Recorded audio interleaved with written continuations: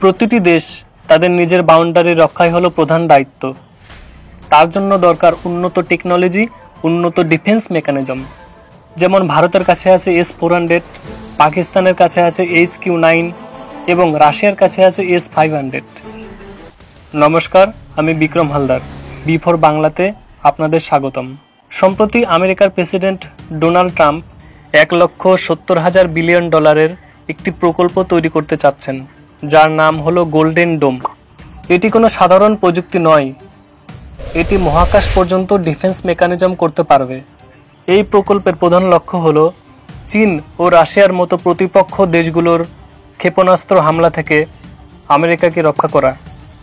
মহাকাশে একটি নিরাপত্তা ছাতা গড়ে তোলা, যেটি পৃথিবীর কক্ষপথ থেকে শত্রুপক্ষের ক্ষেপণাস্ত্র শনাক্ত, ট্র্যাক এবং ধ্বংস করতে পারবে। প্রেসিডেন্ট ট্রাম্প বলেছেন, আমরা আমাদের দেশকে রক্ষা করব। গোল্ডেন ডোম হবে সেই ঢাল যেটা আমাদের নাগরিকদের নিরাপত্তা দেবে। এই বিশাল প্রকল্পের দায়িত্ব দেওয়া হয়েছে আমেরিকার সবথেকে ধনী ব্যক্তি ইলন মাস্ক ও লকহিড মার্টিন কোম্পানিকে।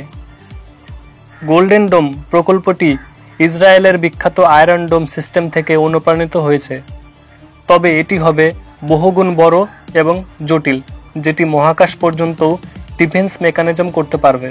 কয়েকশো স্যাটেলাইট পৃথিবীর কক্ষপথে ঘুরবে। এই সব স্যাটেলাইট শত্রুপক্ষের ব্যালিস্টিক, ক্রুজ এবং হাইপারসনিক ক্ষেপণাস্ত্র শনাক্ত করে তাৎক্ষণিক প্রতিক্রিয়া জানাবে। মার্কিন যুক্তরাষ্ট্রের মূল ভূখণ্ডের যে কোনো কোণ থেকে এদের প্রতিহত করা যাবে। তবে প্রতিরক্ষা বিশেষজ্ঞরা বলেছেন, এত বড় পরিসরের একটি প্রজেক্টে এই সময়সীমা ও ব্যয় বাস্তবসম্মত নয়। এটা একটা টেকনিক্যাল চ্যালেঞ্জিং, ব্যয়বহুল উদ্যোগ। 3 বছরে এরকম একটি কাজ শেষ হওয়া প্রায় অসম্ভব। চীন এই পরিকল্পনার প্রতিবাদ জানিয়েছে। চীনের পররাষ্ট্র মন্ত্রণালয়ের মুখপাত্র বলেছেন, এটি অফেন্সিভ প্রকৃতির এবং স্পেস মিলিটারাইজেশন ও অস্ত্র প্রতিযোগিতাকে উস্কে দেবে।